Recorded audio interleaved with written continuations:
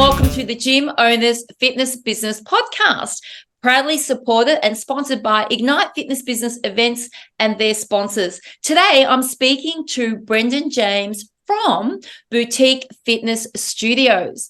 Now, Brendan and his brother-in-law, who's not able to be with us today, are close friends who have secured the master franchising rights to Rumble Boxing in Australia under their brand Boutique Fitness Studios. The dynamic duo also have exclusive rights to Club Pilates, CycleBar and StretchLab, all of which are extremely popular US brands that fall under the Xponential Fitness banner.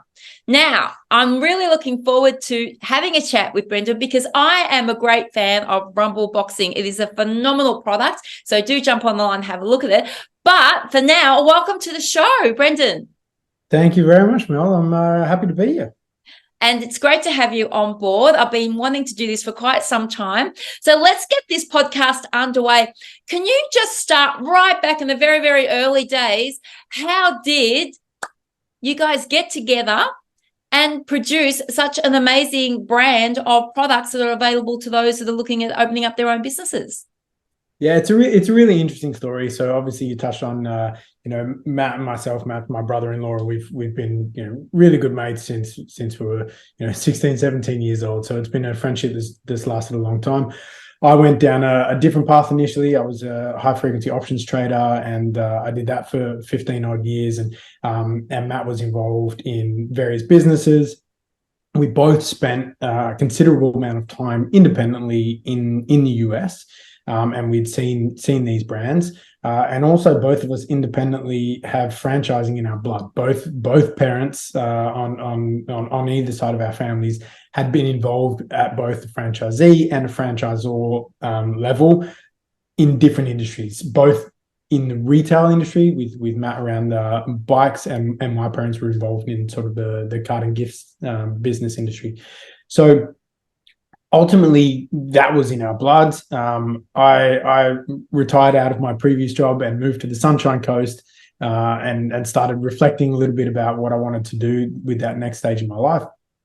Pilates was a big part of our household, not with me personally, but my wife had been doing it for a number of years, and it's the only thing that kept many pains from an earlier car accident in her life away. So it's a big part of what we were doing. And Matt was actually in the US at this point in time and was looking at coming home, and he was chatting with Xponential about bringing CycleBar into Australia. And likewise, I was already in my journey of getting started with Pilates in Australia, and we happened to just discuss this, and we independently took it up. I took up the Club Pilates master franchise, and Matt took up the CycleBar franchise, and in turn ended up acquiring some other brands on that. About October of last year, I'd say about a year ago, we were both growing fairly rapidly, and it was getting to the point where it's like, what are we doing? We're both managing 100% of our businesses independently. Why don't we bring these things together? Let's put Club Pilates in under the Boutique Fitness Studios umbrella that Matt had created already, and let's divide and conquer and really try and grow these four brands together. So that's basically what we did, and Matt still looks after the sales and that side of the business model. I look after more of the operations of the existing studios and that side of the business model. It's been a very, very busy last sort of 9 months. We've made quite a few changes, and we've really started to grow, and we're looking forward to where it goes from here. So how many clubs have you got now here in Australia? We got over 90 sold, but we've got 35 of those currently open, and we're constantly looking at opening more. We've got between 10 and 15 on the cards, expecting to open in sort of the next 3 to 6 months, and we expect that to just really ramp up. Now, are they scattered across Australia, or are there any particular states that are more vibrant than other states? They are scattered. We definitely came in with the standard approach for a lot of new brands is they tend to start where the founder originates it from, and they build where they're heavily involved in a lot of that aspect. we've brought in brands that we know work, that are big brands out of the US, and we came in with the idea of, well, let's launch them in Australia. So that's kind of what we've done. We pretty much have we've got studios everywhere. They are most dominant around where we kind of started. So there is the most Club Pilates here in Queensland, and then there's a lot of the other brands as well in Perth, but we do have plenty in Sydney and some in Melbourne and so on as well. Sounds cool. Let's talk about each business model. So let's kick it off with Club Pilates. Tell me, what is Club Pilates as a brand? What would I see when I open the doors and walk into the boutique?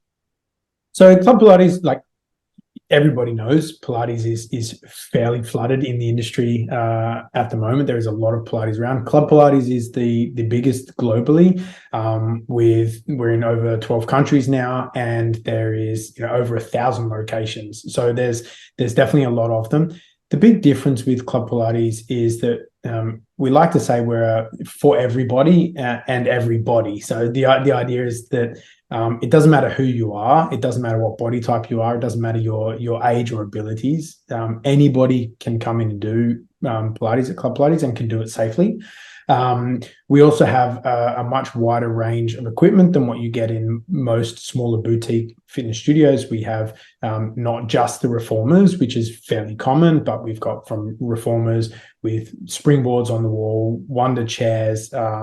Many of the studios also have individual private rooms with full Cadillac style reformers in there as well. So there's a lot to it, and we also have fairly what we call high standards for our instructors and our minimum requirements, and we really try and bring people into a community, right? It is a club that everybody joins into. The most successful studios are the ones that people come because it's part of their daily routine. They absolutely love it. And we build the communities around it. And that's not just for Club Pilates, that's for all our brands. That's our biggest thing is we are a boutique fitness studio. And part of being boutique is to make sure that you're kind of niche, but you're also very closely knitted with your community. So what sort of people are coming to you to open up a Club Pilates? Are they investors? Are they retirees? Are they Pilates instructors and yoga instructors that have just got sick of working for other people? We get a lot of different ones, and it's interesting, and this is across all brands. And you do kind of find some typecast people that look to get involved, but definitely as well coming from a US based environment where in America franchising is seen as an investment. Like it is, a lot of people come in thinking of it as an investment where they want a certain return on their money. In Australia, franchising is seen much more of a way of somebody stepping out of their corporate role and stepping into something that they love doing and being more involved in the business.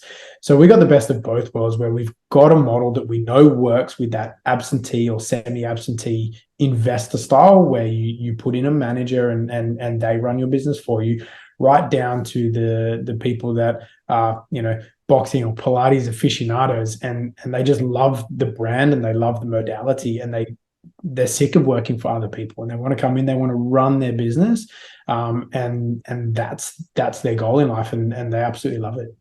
Yeah, I think after the shutdowns a couple of years ago, people are looking at opening up their own businesses more as opposed to working for somebody else. Hence why, it's not very hard at the moment to be able to rent out commercial property. Cycle. Now, cycling I love cycling, teach it nearly every day in the club. What makes your cycle program different, or your cycle boutique different to everybody else? What type of bikes do you have, and what type of technology do you have in the business model? Yeah, CycleBar is, along with Rumble, probably the two sort of the coolest brands that we have. It's people know CycleBar is one of the biggest ones in the US, along with SoulCycle, which is probably the major competitor over there. And the big difference is CycleBar is about rhythm riding. It's riding to the beat of the music and following the instructor. We've got loud music, low lighting. The instructors get to choreograph they've got structure that they need to follow, but they can create what it is that they want to create. Again, the atmosphere in terms of the community that we build CycleBar probably has the most dire fan members. The people that belong to CycleBar, they live and breathe it, and it is an extremely niche market. So it is one that you want to get people into, but then all of a sudden they don't do anything else, and they're there every single day, and they love it. Technology wise, we're connected through with everything. We do get stats, so all the members get stats about their rides. The bikes have power meters all attached to them, so at different points throughout the ride, you might get flashed up on the TV, and it's a race, and it's a power-based race where everybody's got a 30-second put everything you're in, and you get a joint power where the whole room is trying to hit a level together, or you're trying to race against your neighbor. So that adds a little bit of that competitive nature to it as well. And also the apps that we've got, you get all of your statistics in your app afterwards, and you can see your progress and how things are changing as well. So you actually have your own branded apps for CycleBar? We do. So for all 4 of our brands, we've actually just finished rolling them out as of only last month.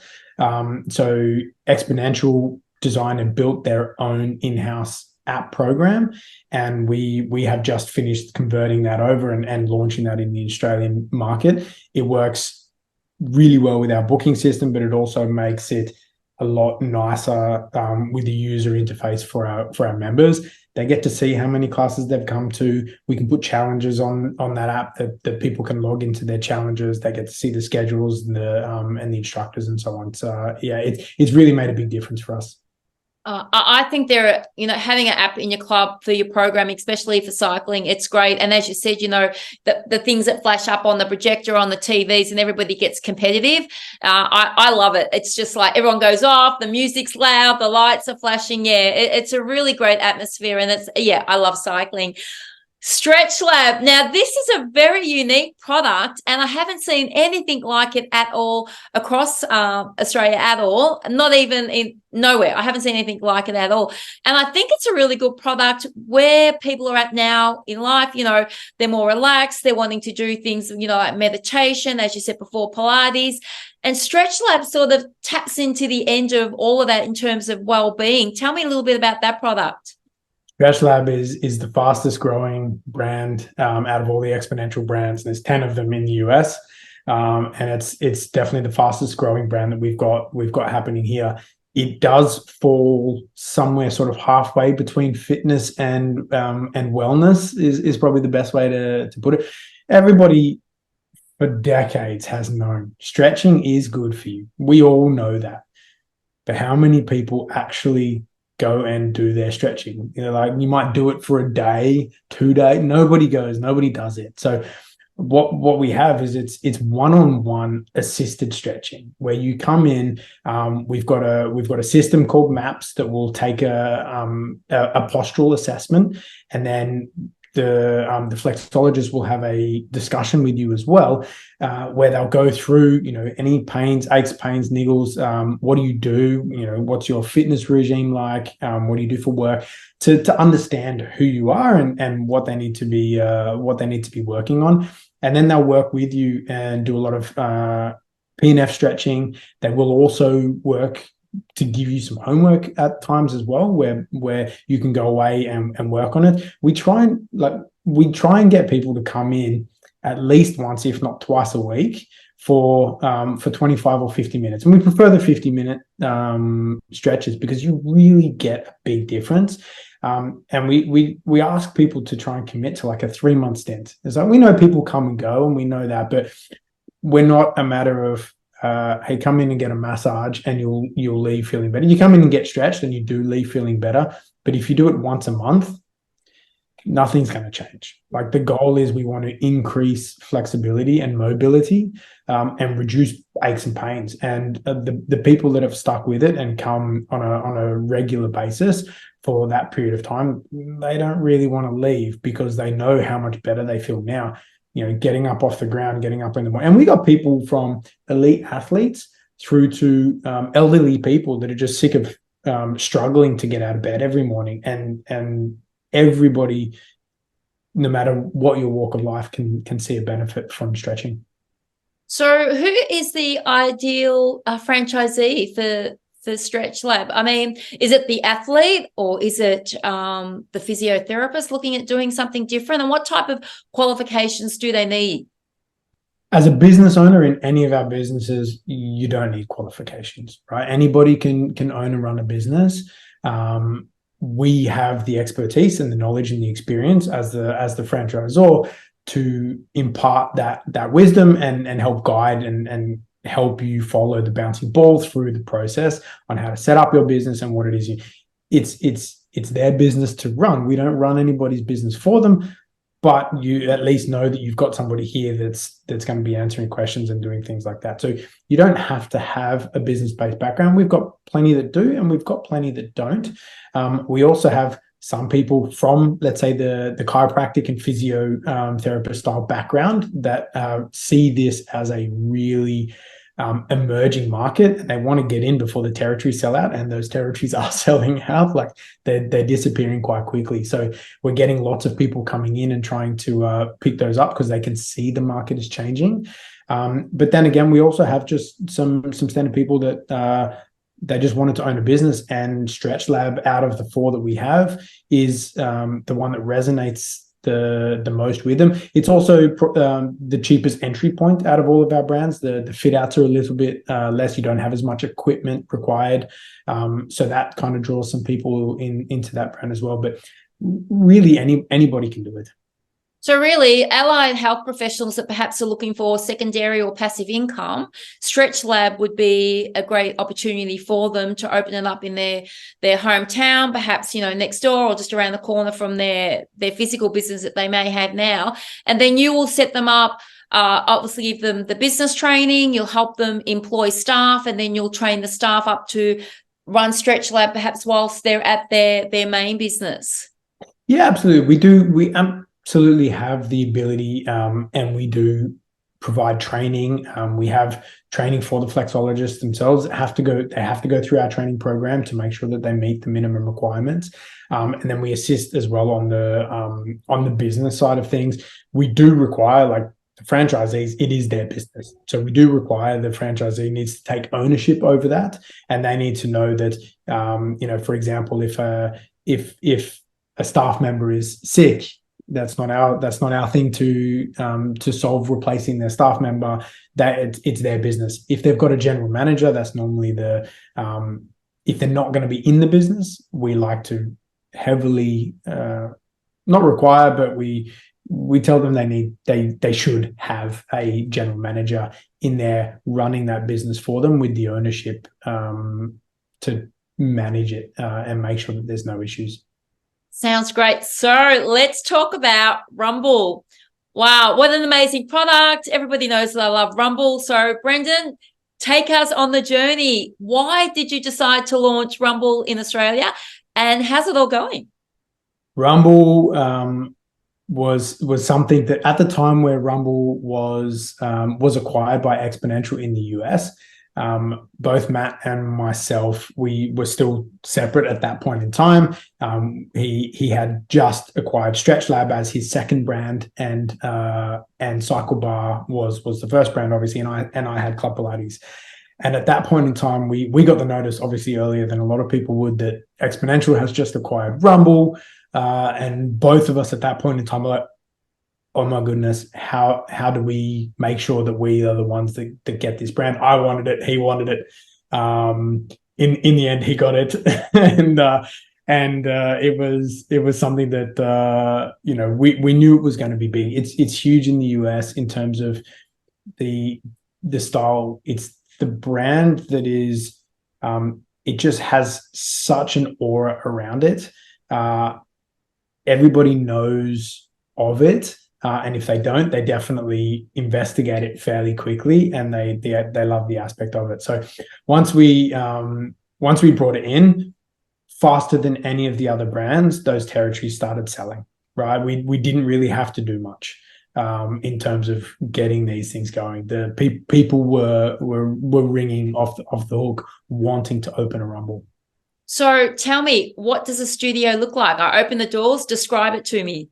So the studios, it's nice and bright on the outside. Inside the studio itself, in the actual area where it all goes down, it's dark, it's loud. We've got projectors on the wall, we've got racks with bags, and then again with benches. So the idea behind it is it's not just boxing, it's not just strength. You really get a little bit of both, and you go through the boxing rounds, and you basically just follow. There's 6 punches, and you get worked through those punches. You learn the basics at the start of every class, and then again the instructors love it. The instructors are getting involved with you. They're walking around the classroom. They're helping to improve technique. They're helping to motivate.